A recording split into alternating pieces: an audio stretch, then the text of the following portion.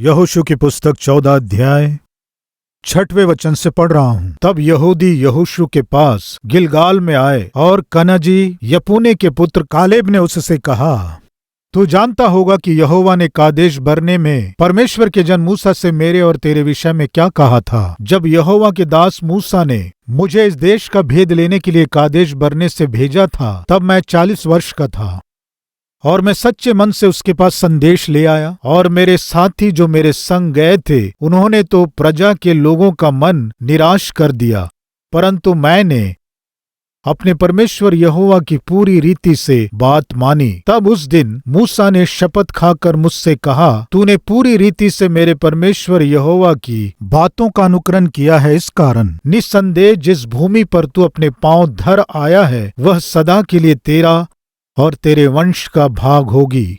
और अब देख, जब यहोवा ने मूसा से यह वचन कहा था, तब से 45 वर्ष हो चुके हैं, जिनमें इस्राएली जंगल में घूमते फिरते रहे। उनमें यहोवा ने अपने कहने के अनुसार मुझे जीवित रखा है और अब मैं 85 वर्ष का हूँ। जितना बल मूसा के भेजने के दिन मुझ में था, उतना बल अभी तक मुझ में है। युद्ध करने या भीतर बाहर जाने के लिए जितनी उस समय मुझ में सामर्थ्य थी, उतनी ही अब भी मुझ में सामर्थ्य है। इसलिए अब वह पहाड़ी मुझे दे जिसकी चर्चा यहोवा ने उस दिन की थी। तूने तो उस दिन सुना होगा कि उसमें अनाक वंशी रहते हैं और बड़े बड़े गढ़ वाले नगर भी हैं। परंतु क्या जाने संभव है कि यहोवा मेरे संग रहे और उसके कहने के अनुसार मैं उन्हें उनके देश से निकाल दूं।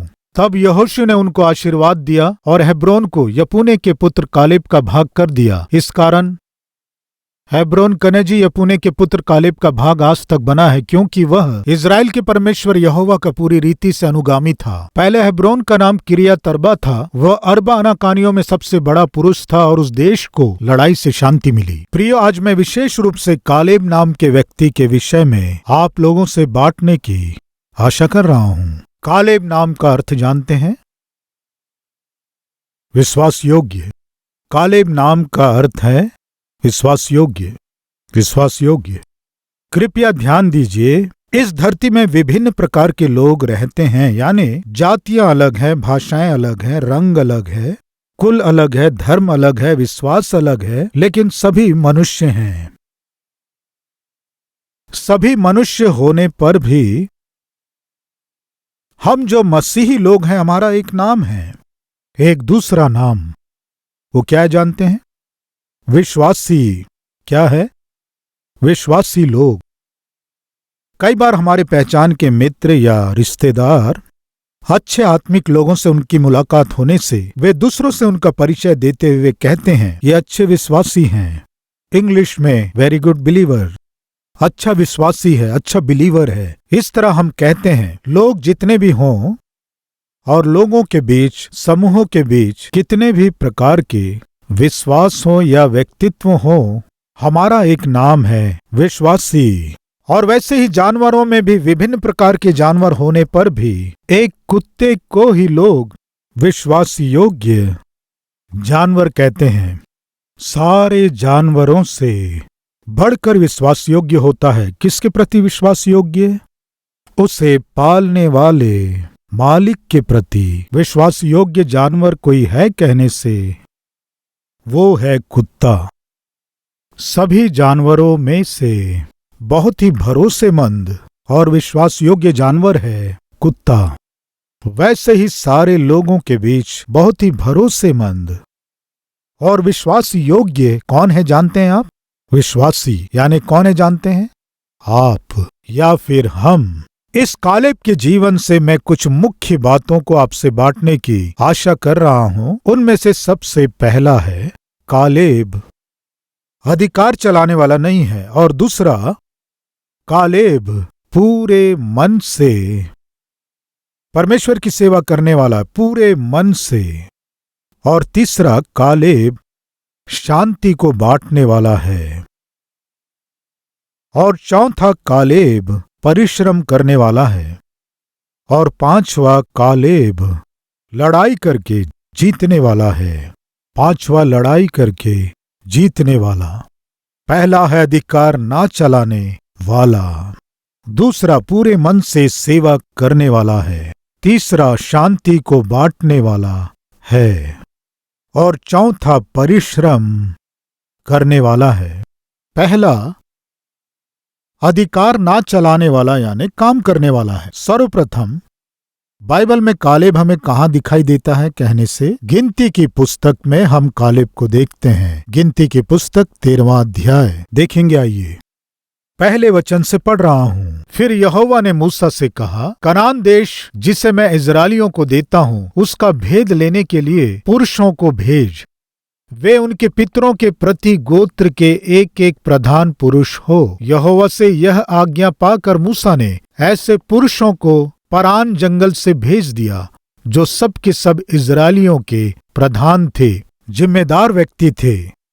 और उनमें से दो लोगों के विषय में हम विशेष रूप से देखते हैं। एक यहोशू है और दूसरा व्यक्ति यपुने का पुत्र कालेब है। 12 गोत्रों में से 12 लोगों को, प्रधानों को यानी जो गोत्रों के ऊपर प्रमुख हैं, 12 लोगों को तुम भेजो। मूसा को परमेश्वर ने आज्ञा दिया, मैंने जो तुम्हें देने का वाचा बांधा है उस देश को मैं तुम्हें देने जा रहा हूं, तुम जाकर उसे देख कर आओ। दूध और मधु की धारा बहने वाले देश को मैं तुम्हें देने जा रहा हूं। कनान देश तुम्हें देने जा रहा हूं, उसे तुम देख कर आओ। इस तरह 12 गोत्रों में से 12 प्रधानों को भेजो कहने से उन 12 प्रधानों में से ही ये दो जन हैं। पहला है यहोशू, नून का पुत्र यहोशू, और दूसरा है यपुने का पुत्र कालेब। ये दोनों उन 12 लोगों में से थे जो वहां गए, दूध और मधु की धाराएं बहने वाले देश को देखे। देखने के बाद जो काम, जो जिम्मेदारी उन्हें सौंपी गई थी उसे अच्छी रीति से पूरी करने वाले कौन थे? उन 12 लोगों में केवल 2 जन अच्छी रीति से दिए गए काम को किए।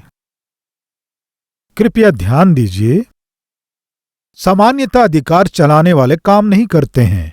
वो घर में हो सकता है, नौकरी में हो सकता है, व्यापार में हो सकता है, जहां आप काम करते हैं वहां हो सकता है।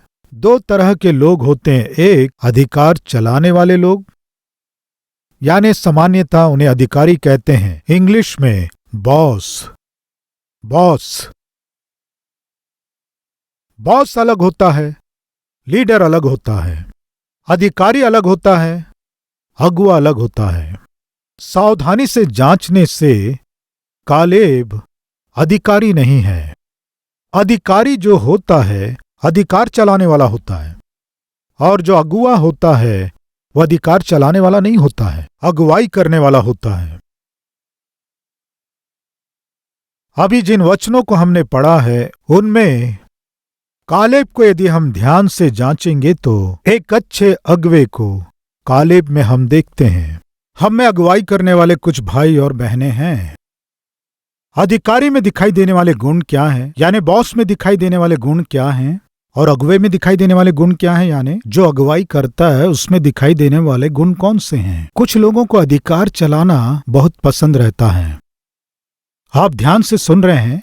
कालेब, उसका गोत्र यहूदा गोत्र था और यहूदा गोत्र का कालेब अगुआ था। यहूदा गोत्र के ऊपर प्रमुख था।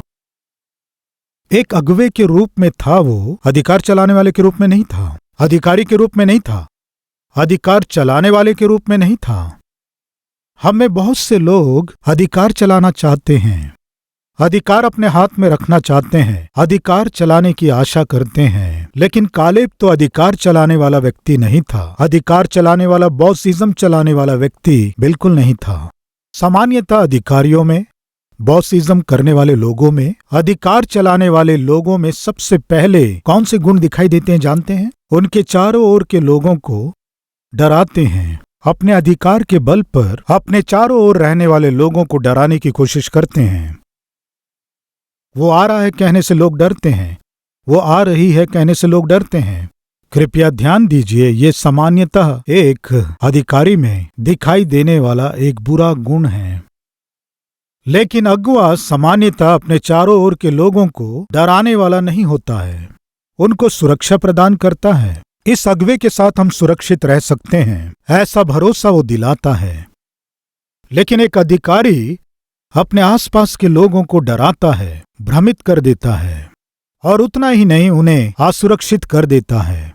हो सकता है आप एक ऊंचे पदवी में रहने वाले व्यक्ति हैं तो जो आपके नीचे हैं, डरते डरते नौकरी कर रहे हैं तो आप एक अधिकारी हैं। लेकिन आपके नीचे रहने वाले सुरक्षित और जिम्मेदार होकर अपने काम को कर रहे हैं तो आप एक अगवे हैं। डराकर काम करवाना एक अधिकारी का गुण होता है।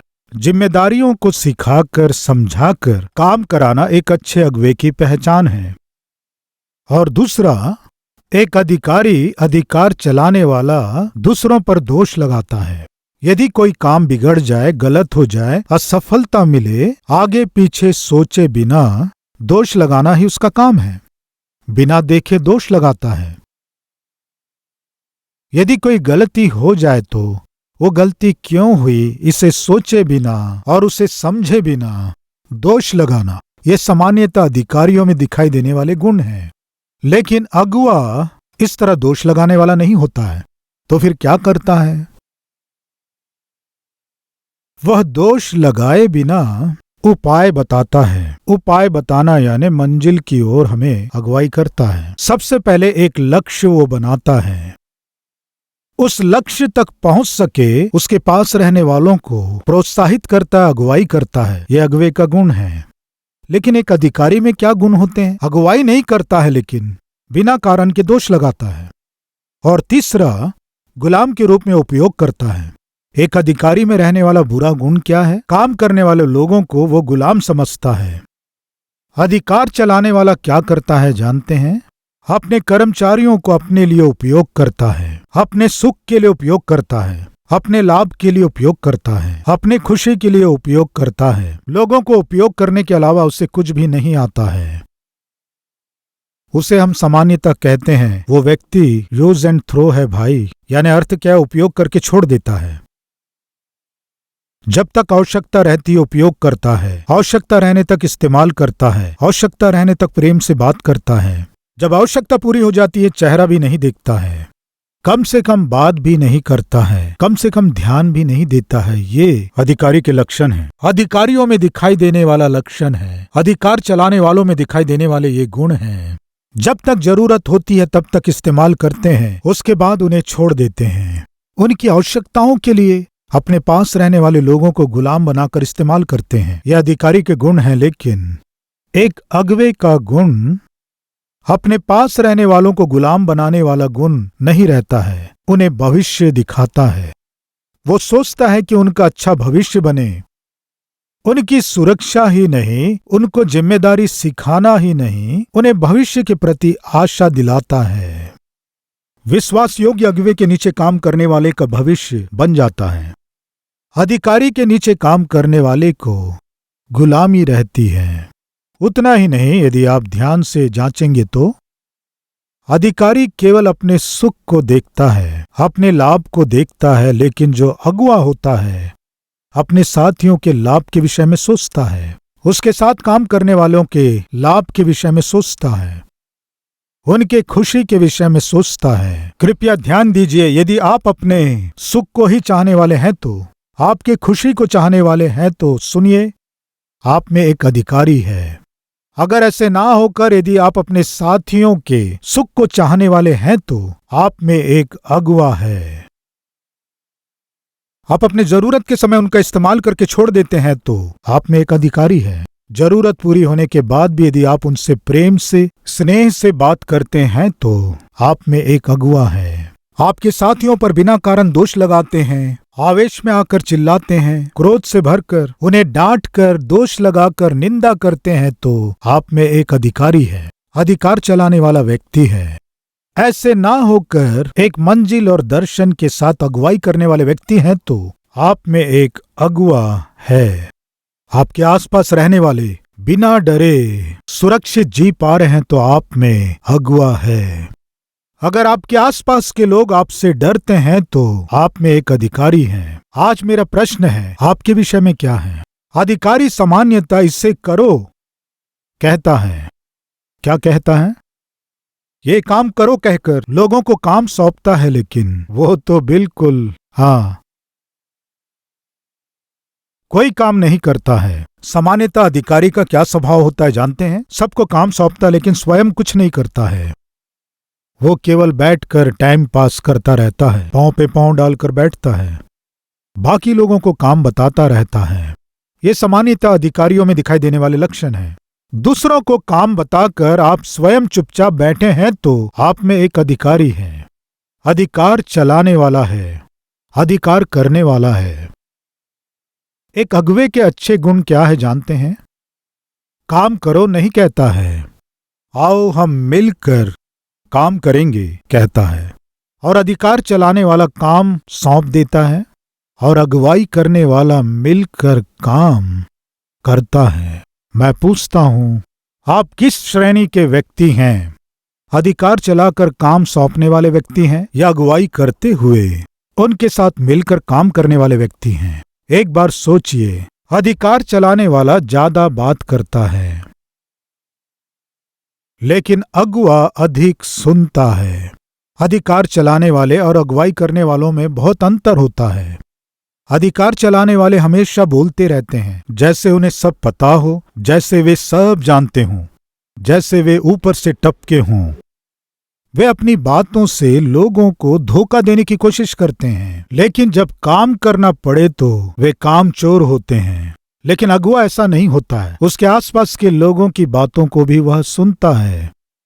वहां की समस्या क्या है ध्यान से सुनता है, सहकर्मियों की क्या समस्या है सावधानी से सुनता है।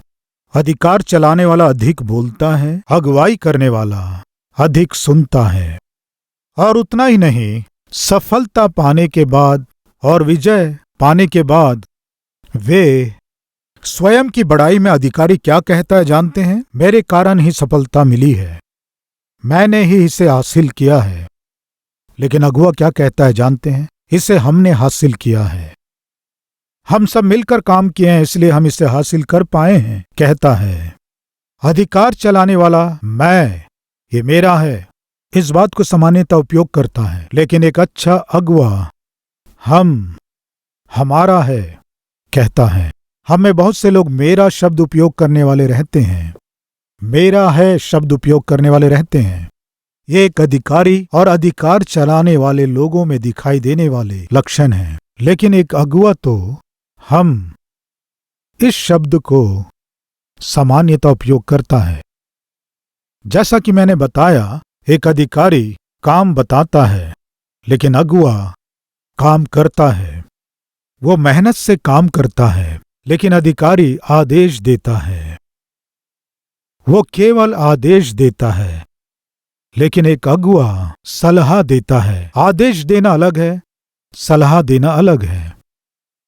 अधिकार चलाने वाला हमेशा आदेश देता और जो कहा है उसे ही करना है कहता है, आदेश देता रहता है। लेकिन अगुवा क्या करता है कि सलाह देता है। उसने जो कहा है उसे सुने हैं उसे पूरा करने के लिए आवश्यक सलाह समय समय पर लोगों को देता है। उतना ही नहीं, जैसा कि मैंने कहा, अधिकारी अपने आसपास के लोगों को डरा देता है, तितर बितर करता है।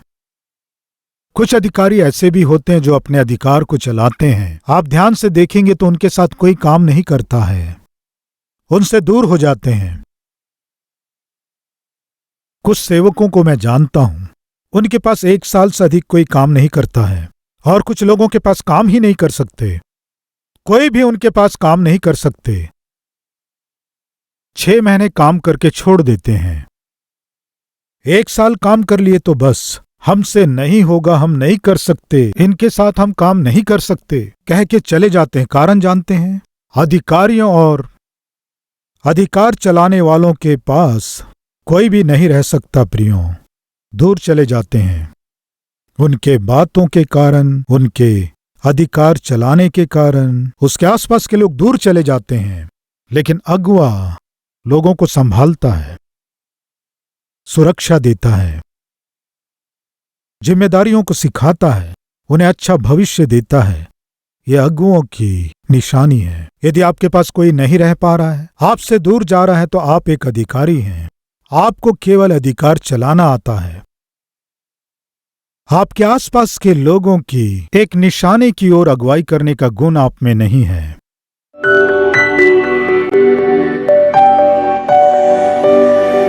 महान पवित्र प्रेमी परमेश्वर पिता, विशेष संदेश के द्वारा एक अधिकारी और अगुवे में रहने वाला अंतर क्या है, कालेब के जीवन से आप हमें स्पष्ट रूप से सिखाए। कालेब अधिकार चलाने वाला नहीं था, परंतु काम करने वाला था। कालेब में रहने वाले ये बहुमूल्य गुण और ये अद्भुत स्वभाव हम में भी रहे। पिता, हमारी उम्र कुछ भी हो, हमारी स्थिति कुछ भी हो, हम किसी भी पोस्ट या पदवी में हो या अधिकार में हो, पिता, हम कालेब के समान आपकी महिमा कर सकें और आपके संग रहकर किसी भी उम्र में क्यों ना हो आपकी सेवा करने का मन हमें दीजिए। यीशु के नाम से मांगते हैं पिता, आमीन।